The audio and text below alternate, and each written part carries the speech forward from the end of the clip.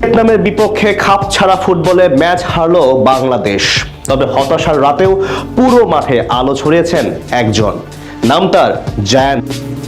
Match জুড়ে দুর্দান্ত football খেলে মন কেড়েছেন সবার। লেফট ব্যাকে দাঁড়িয়ে হয়ে উঠলেন বাংলাদেশের মার্সেলো।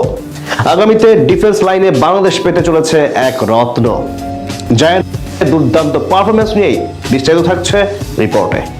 ভিয়েতনামের বিপক্ষে বাংলাদেশ কোচ সাইফুল বারী টিটু সঠিক কি পরিকল্পনা নিয়ে মাঠ নেমেছিলেন তা যেন হুমায়ুন আহমেদের মিসির আলীর মতোই এক রহস্য।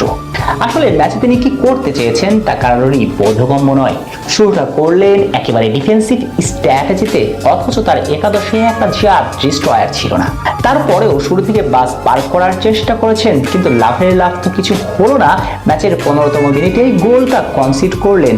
অবশ্য এই গোল কনসিড করতে পারতেন একেবারে ম্যাচের 8ম মিনিটেই। ক্রসবারের কারণে বেঁচে যায় টিটুর দল।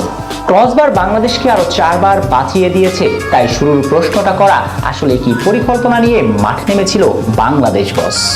এগুলো প্রশ্নে যখন চারপাশ হয়ে আসছে মেঘাচ্ছন্ন অন্ধকার, ঠিক তখন এই অন্ধকারেও আলো ছড়িয়েছেন একজন, নামটা তার জায়ান। যেন জায়ান একা পুরো মাঠ মাতিয়ে রেখেছিলেন।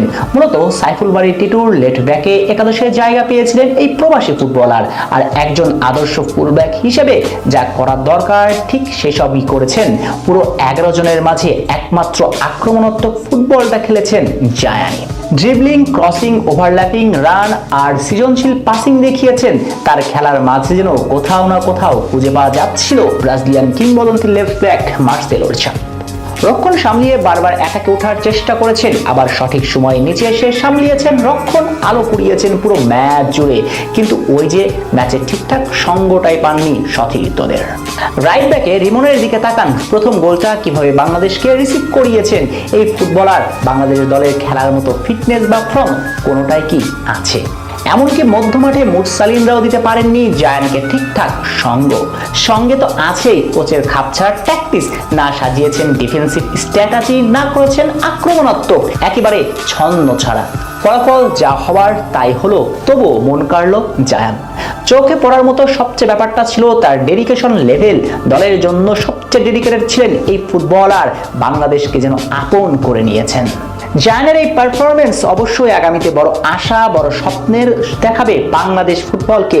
কে জানে বাংলাদেশ জাতীয় দলে লেফট ব্যাকের সমস্যার সমাধান হয়ে আসবেন এই তরুণ। প্রথম ম্যাচ 2-0 হারলেও ঘুরে দাঁড়ানোর সুযোগ পাচ্ছে সাইফুল বারী টিটু।